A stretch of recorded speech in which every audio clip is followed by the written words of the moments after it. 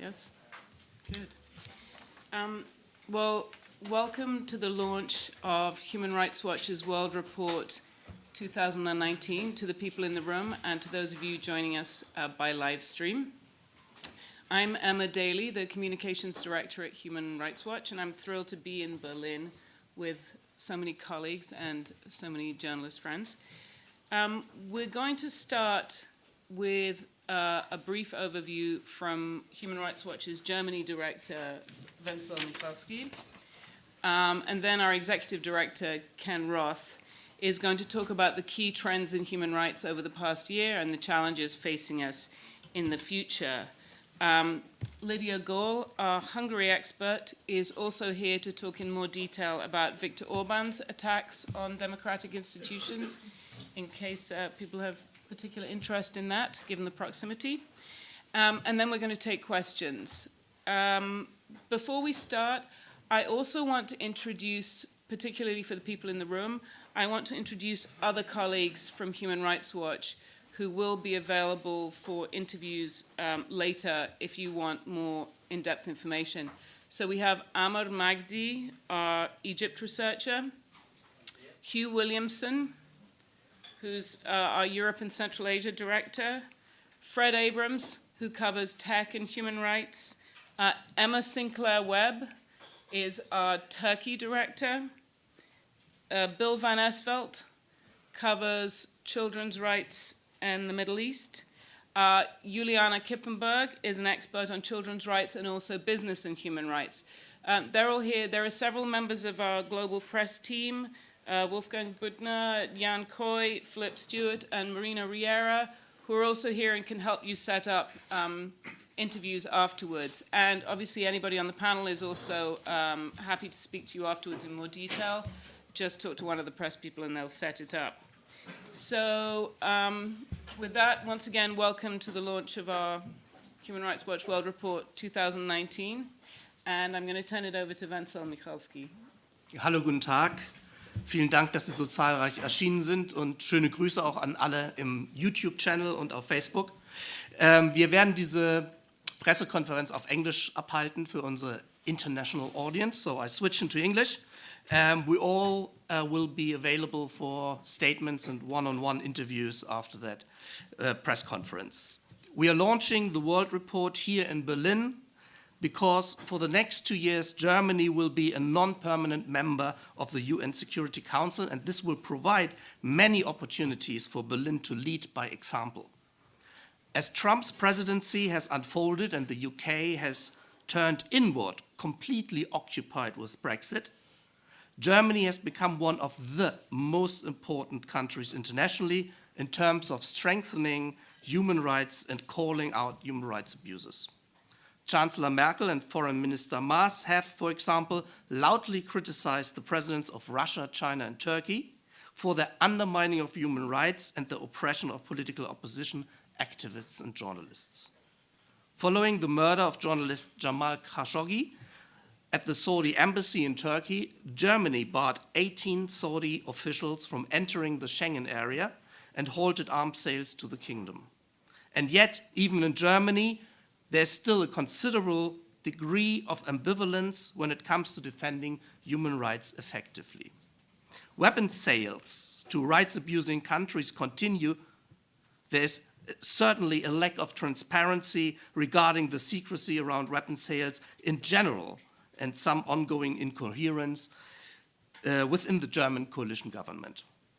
And while the German National Action Plan on Business and Human Rights has led to a greater awareness of the human rights obligations of German businesses within their supply chain, there's still a long way to go before we get the necessary legislation and regulation to meaningfully protect the rights of workers worldwide. To sum up, we hope that the government will use its seat of the Security Council and the spotlight that the position grants to prioritize the defense and the extension of human rights around the world.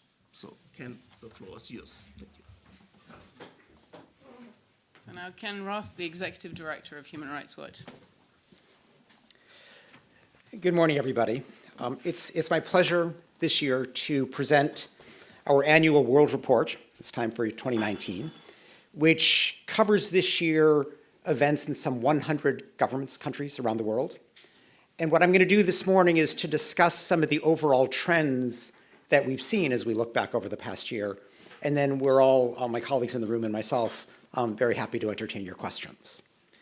Now, these days, the autocrats tend to capture the headlines. But what really struck us at Human Rights Watch as we looked back over the past year has been the pushback that those autocrats have spawned.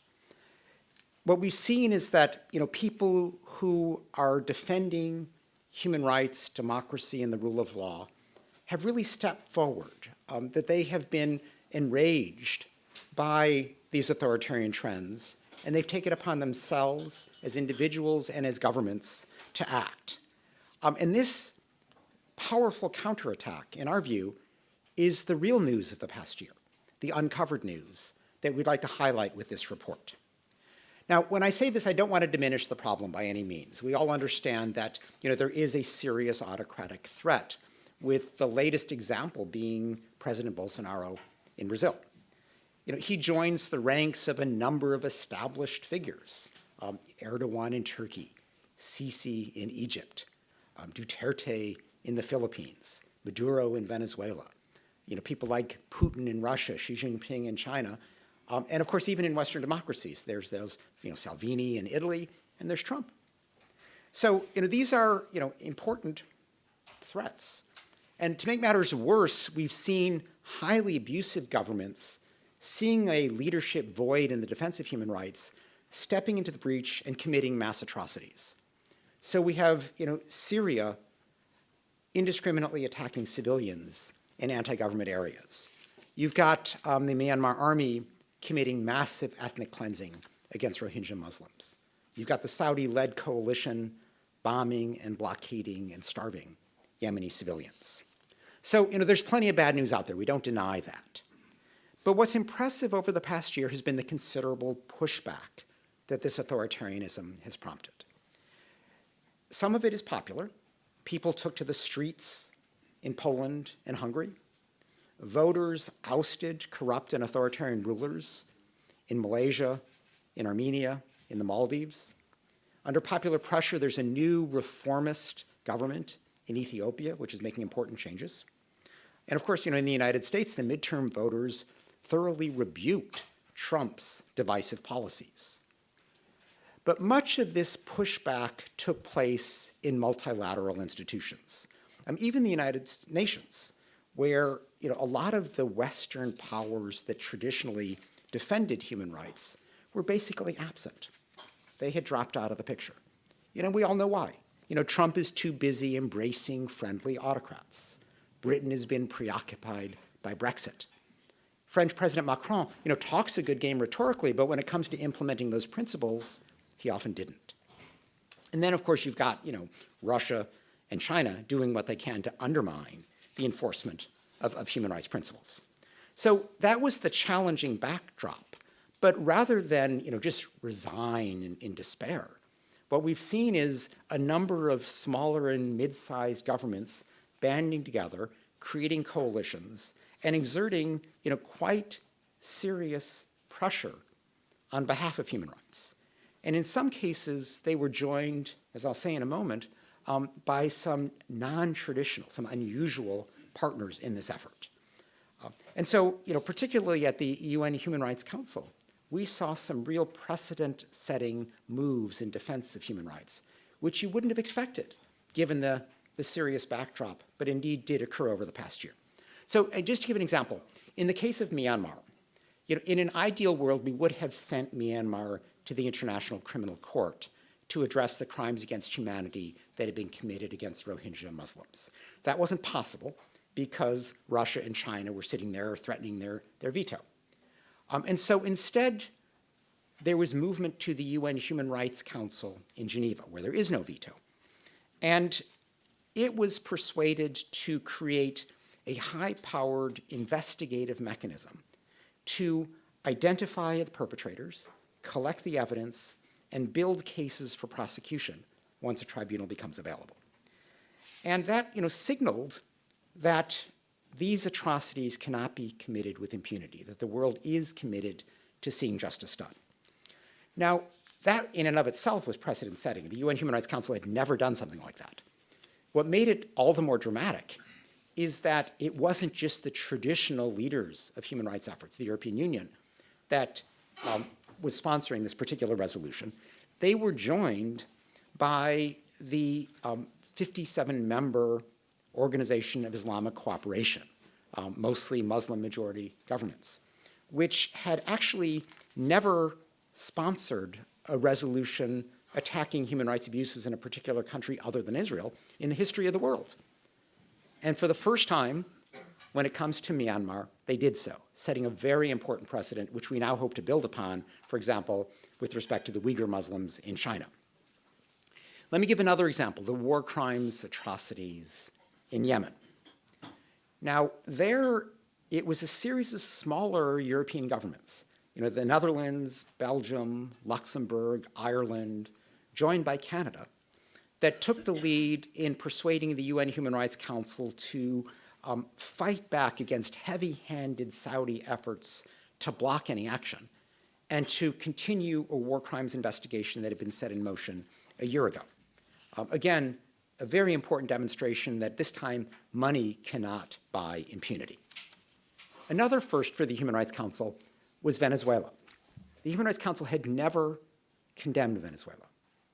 And indeed, if Trump had kept the United States in the UN Human Rights Council, it may never have happened because Latin American governments were very reluctant to be criticizing each other if they were to be seen as applying Washington's ideology rather than their own human rights principles. But with the US gone, with the field cleared, the so-called Lima Group of a dozen or so Latin American democracies stepped forward, sponsored a resolution which prevailed for the first time criticizing the repression under Nicolas Maduro.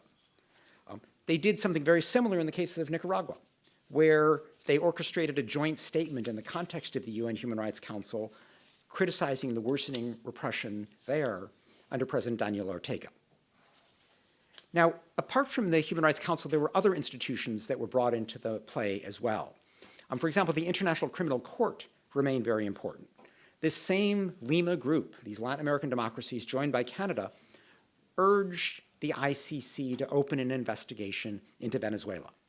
That is the first time that had ever happened where governments asked the ICC to act in another country. There have been a handful of cases where a successor government asks the ICC to investigate its predecessor's abuses, but never had governments asked for the ICC to look at another government. A very important precedent, which in this case was joined by France and Germany in support. The Organization for the Prohibition of Chemical Weapons, the OPCW, was another interesting institution where this pushback occurred. Traditionally, the OPCW was empowered to only say whether chemical weapons have been used, but not who used them.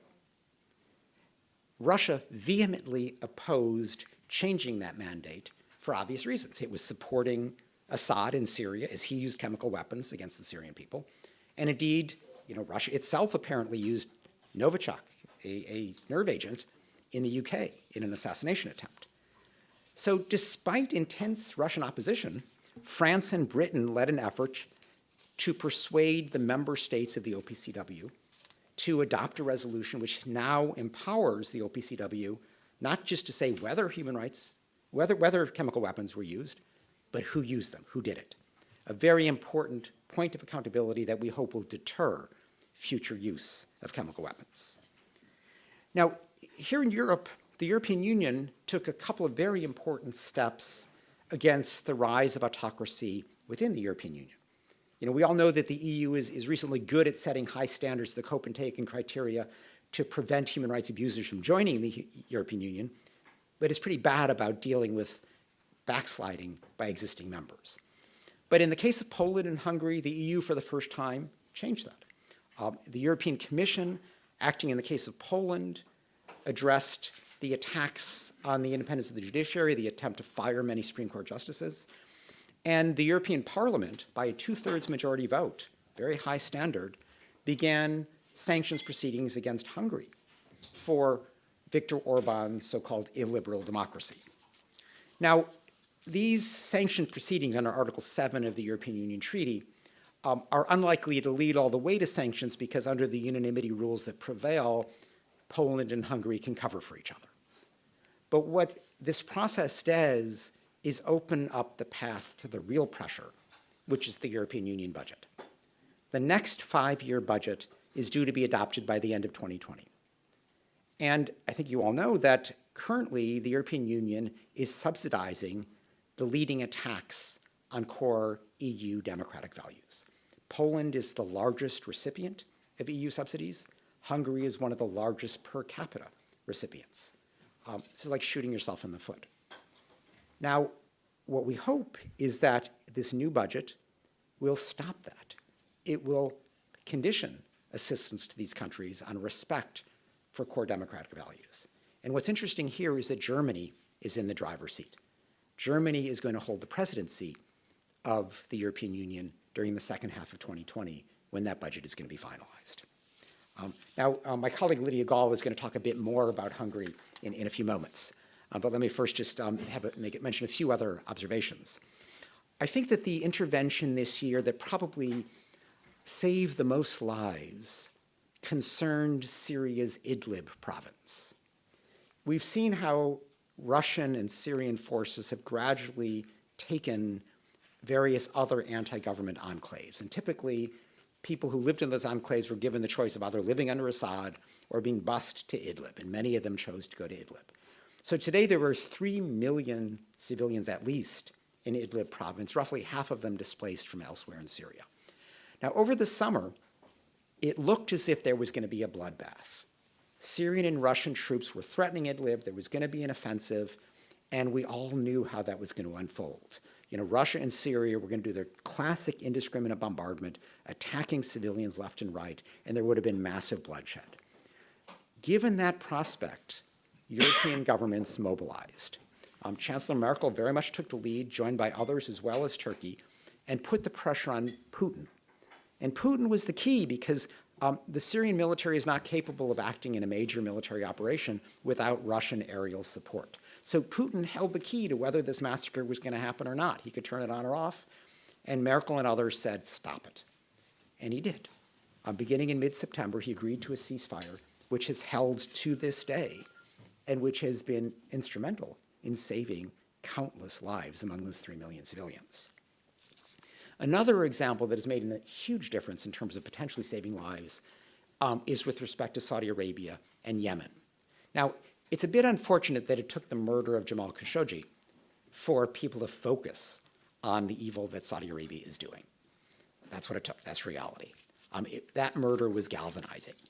And so, gradually we saw various governments imposing sanctions on Saudi Arabia. The United States and Canada imposed targeted sanctions against many of the members of the who were implicated in the murder. In Europe, Germany took the unprecedented step of banning 18 Saudi officials from the 26-nation Schengen zone. Germany also joined the Netherlands, Denmark, and Finland in stopping arms sales to the Saudi kingdom.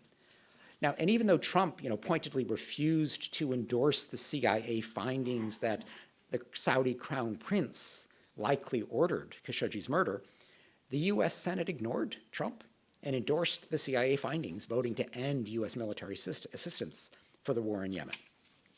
So this kind of outpouring of criticism, combined with the earlier investigation that I mentioned that the UN has launched, put enough pressure on the Saudis that they have now agreed to a ceasefire around Hodeidah port in Yemen, the key port where it'll be necessary for goods to come in, particularly humanitarian aid, to avert this imminent famine that is threatening millions of Yemeni civilians. So these are, among the many, many positive steps. I should mention just in passing that, African states put sufficient pressure on Congolese President Kabila to finally hold elections belatedly. The big issue now is whether he is going to report on and respect the real results, not simply some artificial tally. And pressure is even mounting on China for its mass detention of 1 million Uyghur Muslims for supposed re-education, meaning renunciation of Islam and renunciation of their Uyghur ethnicity. So what all of these reactions to the autocrats, to authoritarianism, what they mean is that they increase the cost of human rights violations. They don't end the abuse tomorrow.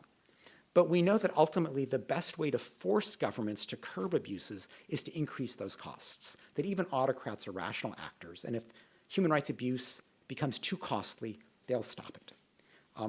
Now the train for this fight has shifted, with a number of the major powers gone, but other medium-sized and smaller powers working together, coming on the field, assuming the mantle of human rights, and playing a real leadership role. And these, effective coalitions have shown that, even in these dark times, there is a real possibility of defending human rights. Indeed, we would say that there is a responsibility to do so. And that's the major message that we see in this year's roundup, this year's Human Rights Watch World Report. Thank you very much. We're going to now turn to Lydia for just a few comments on Hungary. Thank you very much. So I have seen firsthand the populist policies by the Orban government in Hungary, not only in my capacity as a Human Rights Watch researcher, but also as a Hungarian citizen and a resident of Budapest, where I have lived since 2007. These have included the dismantling of Hungary's democratic institutions, undermining the independence of the judiciary, taking over the media, and most recently, efforts to discredit independent civil society. And this destruction of checks and balances on the government has undermined the rule of law while facilitating what is allegedly viewed to be corruption and mismanagement of public and EU funds for partisan political purposes. Like Ken said, Hungary is one of the largest per capita recipient of EU funds, and this is despite Orban's continued attacks on core EU values. Meanwhile, however, public concern has mounted, and the government has sought to divert the attention by treating immigrants as scapegoats and by demonizing critics such as George Soros. So after large protests met Orban's actions to force the Central European University out of the country, the adoption of the so-called slave law in December was a final straw for thousands of Hungarians who again have taken to the streets. The law was prompted by the need to address the shortage of workers in the country, resulting in large part due to an exodus of hundreds of thousands of Hungarians abroad. The law would increase workers' permissible overtime from 250 hours to 400 hours per year, but would allow companies in some cases to withhold compensation for up to 3 years. So we've come to a point where people in Hungary seem to say that enough is enough. Tens of thousands of Hungarians from all walks of life have taken to the streets across the country, demanding that this particular slave law be scrapped, but they're also calling for a free press, an end to corruption, and for the restoration of an independent judiciary. The thousands of Hungarians who are calling out their government for its assault on democratic institutions and the rights of ordinary people need Europe's solidarity. The decision last year by the European Parliament to activate Article 7 over Hungary, a political sanctions mechanism, confirmed that Orban's laws and policies threaten the founding values of the EU, as well as posing a danger to Hungary's democratic institutions. This was an important and needed step, but the real leverage in the context of Hungary and the Orban government would be to condition and tie any EU funds to the respect for the rule of law and for fundamental rights. The Hungarian people need the backing of Berlin and other EU member states for the EU legal action and political sanctions so that Hungary's government will finally change its course.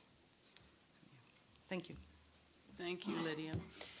So we're going to take questions now. If anybody in the room has a question, please identify yourself first. Tell us which media you're from. Go ahead. Oh, sorry, could you just wait for the mic? Yes, Yeah, tell sure. us again. Yeah, Ana Carvajosa from El País. Wanted to ask you, you've spoken about the counter-reaction. Which role has civil society, apart from state actors, has played in this counter-reaction? And overall, I'm thinking on women movement that's been very active in the last couple of years. Yeah.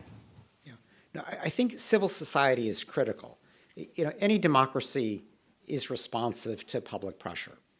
And we've seen, more and more people taking to the streets, banding together in groups in order to promote democracy, basic rights like women's rights, and the rule of law.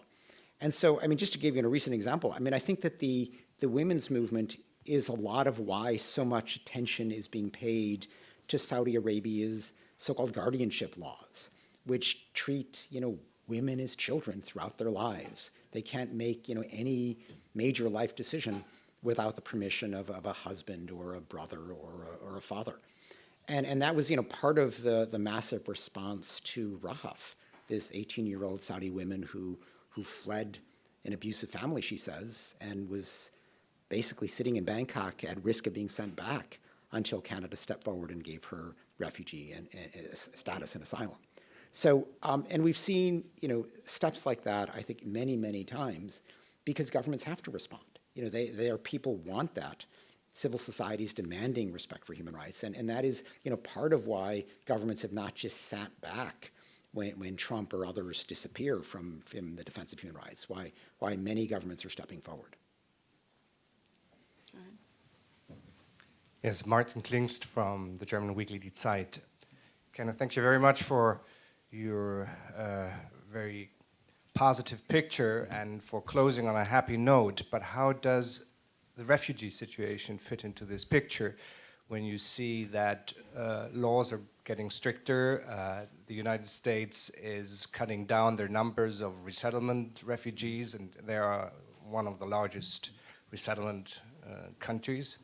So would you also close on a happy note on that? Yeah, no, I think that there's a real battle underway around refugees and asylum seekers. And we see, both the United States and Europe, and for that matter, Australia, engaging in abusive practices.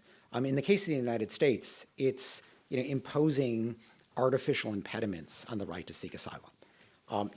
Trump demonizes these caravans leaving Central America as if it's a major threat to the United States. These are just people fleeing violence that the U.S. is ignoring in places like Honduras or El Salvador.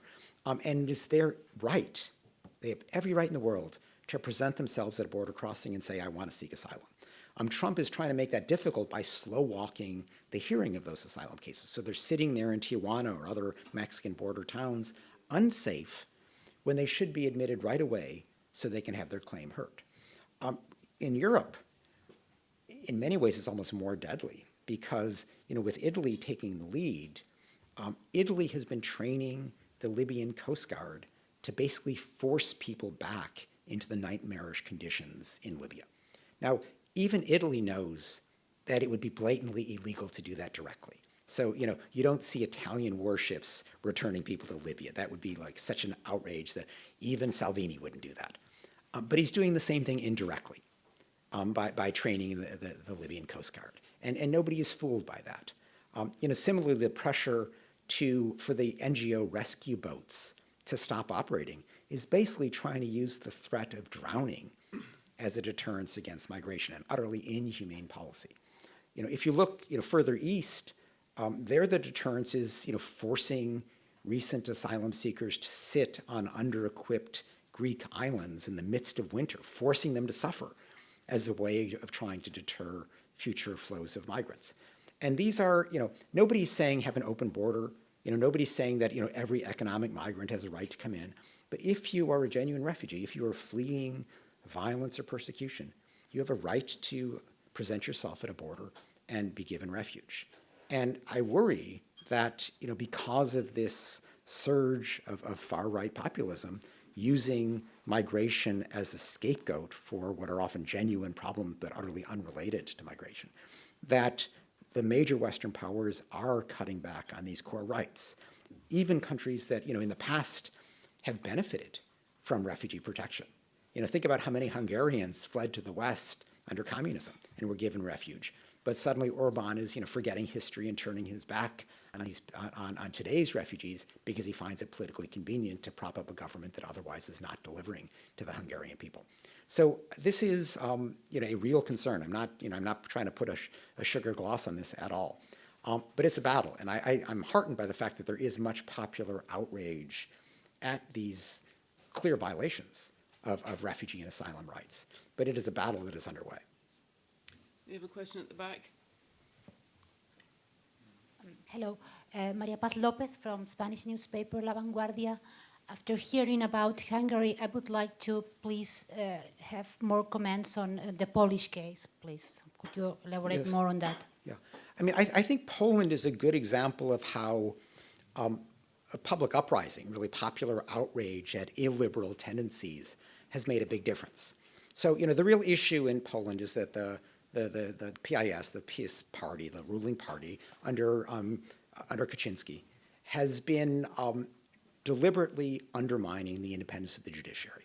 And this is, part of the classic autocrat's handbook. If you're an autocrat, what do? You get into power through, demonizing some minority. You then try to deliberately undermine the checks and balances on your authority. So, partly that's silencing the media, partly it's shuttering civic groups, and a key part is compromising the independence of the judiciary. And that's what Poland has been working on. The plan was to use various subterfuges to get rid of a lot of overly independent Supreme Court justices. And what's interesting is that because of the pushback, that effort has failed. And the Polish government is now backtracking. So the pushback was partly the many, many demonstrations in the streets of Warsaw in defense of the judiciary. It was the beginning of this Article 7 sanctions process in the European Union, initiated in that case by the European Commission. And it was also the European Court of Justice that made a very important ruling against the independence of the judiciary in Poland under the ruling party's plans, all of which forced the government to backtrack. So I don't pretend that it's solved there. I think this is still a very important threat, but the pushback this year made an enormous difference. Go ahead here in the front. Good morning, Aurora Minga, Spanish National Television. Just want to define the attitude of the European leaders, the European Union, as a whole, because it's mostly divided. It's almost, I would say, schizophrenic about immigration, about refugees. And it seems that they just want to defend, but not too much, democracy, because most of it, the important question is economics. So do you think the European Union is, in a way, contributing to destroy himself or herself with these two ways of thinking, two ways of acting, and most of the time not doing anything? Yeah, I think you're absolutely right in pointing out that the European Union is divided. And there are, some European Union governments today that are unreliable when it comes to the defense of human rights. And, you can take Italy today or Greece, obviously Hungary, Poland, Austria to some extent. For me, the lesson is, while it's nice to get the European Union to act as a collective, that is not a prerequisite for action. In other words, that should be maybe the starting point. That's what you try with. But that should be the base, not the ceiling. And what we've urged governments over and over is that if you can't get everybody in the European Union, build a coalition of the willing that does act and move forward. And we've seen that happen. If you take, the example I gave of Idlib province in Syria, it wasn't the European Union that acted. It was Germany with a number of other governments acting with it. And we see that kind of concerted pressure can be very powerful. If you had to wait for all European Union members to act on China, they'd never act. But if you get a group together that is willing to address the fact that 1 million Uyghur Muslims are in detention, China will listen to a group. It doesn't have to be the whole EU. You can still exert a lot of powerful pressure. And so I think for me that's the lesson. Sometimes governments hide behind the difficulty of achieving unanimity to do nothing. And that's not an excuse. Nobody falls for that excuse. You should act where you can act, get the partners you can, and then move forward. And we're seeing that more and more now. This goes against this European Union identity. some countries just doing something somewhere else and just the others left behind? I mean, not really. The European Union has always, had different levels of commitment. Not everybody is a member of the euro. Not everybody is a member of the Schengen zone. You always have, people who are more or less willing to act together. And foreign policy should be no different. Yes, of course, ideally you get, all 28 or 27, what it might be, members to act. But if that's not possible, and in today's divided world, it's often not going to be possible, you don't give up and go home. You move forward with the partners you can. And otherwise, Europe sells itself short. Otherwise, the European Union becomes, a kind of a crippling unit rather than an enabling unit, and we don't want to see that. Ulrike Schäfer, I write for Public Forum.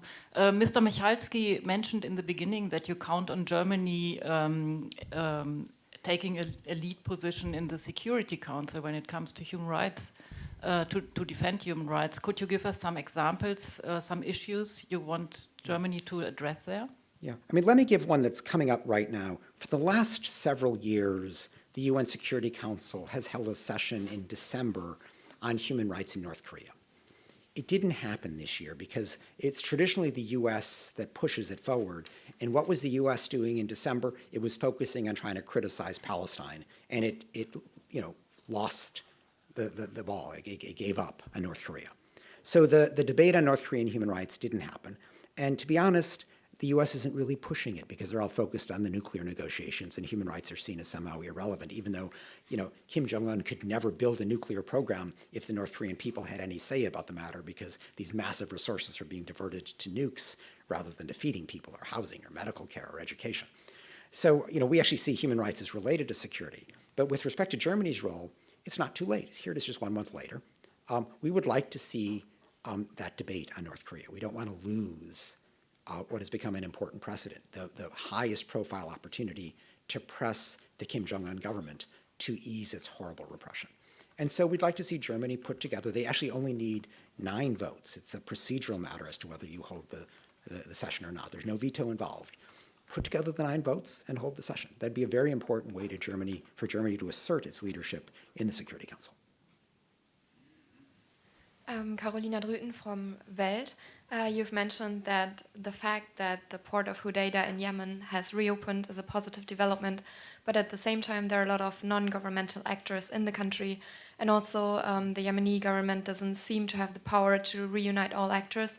So I just wanted to ask you if you see any feasible solutions or any measures that the international community can actually take to improve the situations there in Yemen. You're absolutely right to point out that Yemen is complicated. And so, yes, the major killer of people has been the Saudi-led coalition, but, the Houthi rebels are not nice guys. They themselves have been contributing abuses. In a very separate part of the country from where that war is going on, you still have, Al-Qaeda remnants. You have the UAE on the ground torturing people. There are a number of problems there. I think if you ask what can the international community do to help, obviously, the pressure on the Saudis to agree to reopen Hodeidah port, which is a work in progress. It's not done, but it's underway. That's extremely important. Another element of that agreement, which has not yet been done, is a large-scale exchange of prisoners, which could make a huge humanitarian difference. But I would like to see more governments stopping arms sales and stopping military support for the Saudi-led effort. And the U.S. has said now that they will no longer provide aerial refueling for the bombers. We don't know for sure whether that has happened, but that's what they have said. But that's just one part of the process. There still is intelligence being provided. There's training being provided. There are these massive arms sales. There was a report today that the U.S. is continuing to train the Emirati people who are on the ground torturing people in the eastern part of Yemen. So, I think the real question is, are the Western powers really stopping their complicity in these war crimes? Or are they just doing 1 or 2 things under pressure, but allowing business as usual to proceed? And this is an ongoing battle for the coming year. This is a big priority for us as we look forward.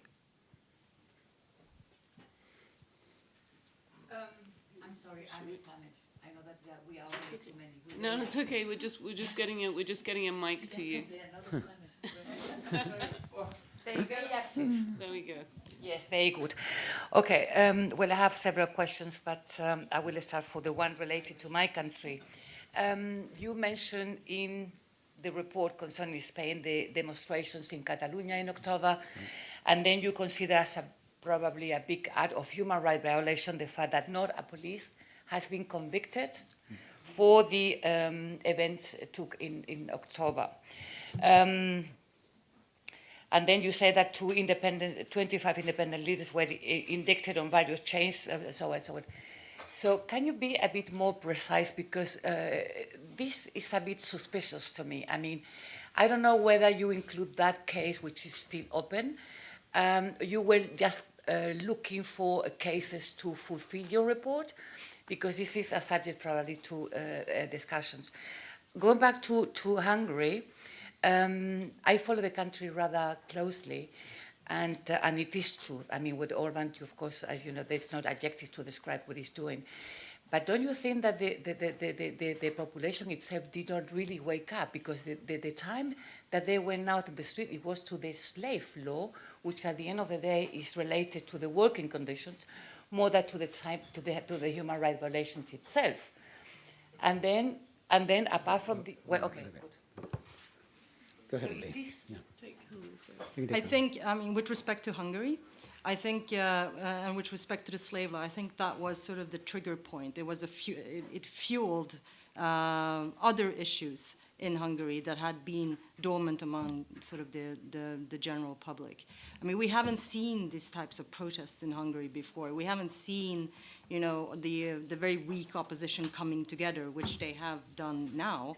And we've certainly not seen the style of protests that we're seeing in Hungary right now that are usually concentrated to Budapest, but are now actually all over the country.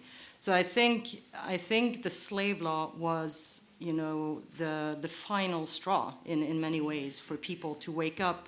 And if you have followed the case closely, you know, the demonstrations are not necessarily only about that anymore, but they have added other components. So now people are actually calling out for a free press. They are concerned about the court system and the parallel administrative court system that was set up at the same time when the slave law was adopted. And they are very concerned about corruption. I mean, corruption is an everyday feature in Hungarian life. I mean, I live there, I know it as well. You know, whether you go to hospitals or, you know, other sort of public institutions, this is a very integral part of Hungarian life. And I think that the fact that people have taken to the streets and including this as part of their protest does show that there is a counter-reaction and that people have come to a point where they've had enough. And then we'll just have to see where it goes.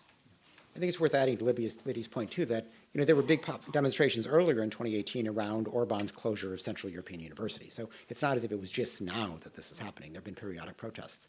Your question on Spain, I mean, the big event that we investigated this year were the protests in Catalonia. And what we found was excessive use of force by the police. And so what we point out in this year's report is that there has not been a prosecutorial response to that. You know, the abuse clearly happened, but so far nobody has been convicted. So that's why we raised that issue there. I'm just going to take a quick question from somebody on the live stream who wanted you to speak about events in Sudan. Yeah, I mean, Sudan, we're seeing big demonstrations, you know, yet again, against the corrupt and autocratic rule of President Bashir.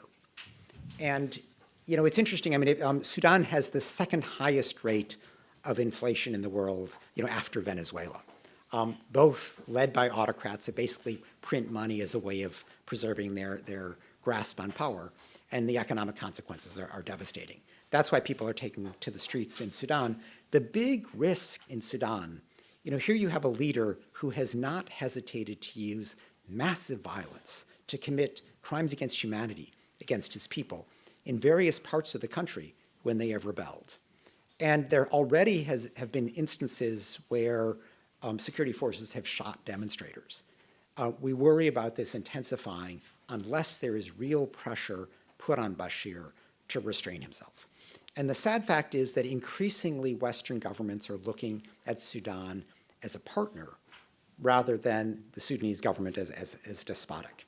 And they see it as a partner in helping to fight terrorism and a partner particularly in helping to restrict the movement of migrants toward Europe. The value of that assistance does not justify the severe violent abuse of the Sudanese government, and it certainly would not justify an intensification of the violence that we fear in the face of these mounting protests against Bashir's seemingly endless rule. Denise Rees for the News Agency Rapidly. I have a question regarding Trump and his neglect of an unconditional human right. Do you think his approach to block migrants at the border will change or will have an effect on a change of migrant movements in a long-term movement? And the second question would be, what kind of measures does your organization take to pressure Trump into a human right or human behavior? Yeah. Well, I mean, let me say that this whole discussion of the wall is a bit of a diversion. It's a huge waste of money. I mean, leave that aside. But nobody objects to enforcing any border. Human Rights Watch is not an open borders advocate. What we insist upon is that when people arrive at a border, that if they have an asylum claim, they can present it, which typically they do at a border crossing. They don't put walls up around the border crossing. The crossing's still there, which is why the wall's a little silly. But a lot of the real problems of Trump's approach to immigration have nothing to do with the wall. The fact that he's separating immigrant children from their parents, which he was doing for a good part of 2018, is a way of just using cruelty as a deterrence. It's not dissimilar to what Australia does by locking up asylum seekers who arrive by boat in these remote Pacific islands. But the other big part that I think is not getting the attention it should in Trump's immigration policies is that, new immigration to the US, net immigration is way down. The idea that this is a crisis is just ridiculous. This is, in Trump's mind, it's politically convenient, his base likes it, it's not reality. But of the roughly 11 million undocumented immigrants in the United States today, about 2/3 of them have been there for a decade or more, meaning they typically have US citizen spouses, US citizen kids, jobs, mortgages, houses. They are American in everything but legal papers. And the real awfulness of what Trump is doing is that he has empowered immigration agents to find these people and start deporting them without regard to the lives they've built in the United States. Obama didn't do that. Obama was really focusing on border enforcement, the people who just arrived, who were only economic migrants, who didn't have a claim of asylum, he would deport them. Trump is deliberately going after the interior, which is why you see these calls to close the main immigration agency, because that's the one that has been deployed in the interior where these injustices are done. So as people talk about, what might an ultimate immigration deal look like, Trump gets his wall in return for what? There tends to be talk about the dreamers, the young children, brought to the United States as kids who grew up as Americans but happen not to have US citizenship. Those are very important people, say 750,000 there. But we shouldn't stop there. There are similar equitable reasons why we should legalize the status of people who've built lives in the United States, say for a decade or more, the 2/3 of the 11 million, because it is an extreme injustice to simply uproot these people summarily without regard to the lives they've built. And indeed, you end up destroying American families because so many of their family members are US citizens. And you suddenly leave these families with the choice, do they follow dad to Honduras and all that violence, or do they split up the family? I mean, that doesn't make America great again. So I think we're going to close now. I think there are no last questions, but I will remind you that if you want one-on-one interviews, follow-ups in multiple languages, please ask me or one of the press staff who are in the room. And thank you to everyone who joined us online, and thank you to everybody in the room.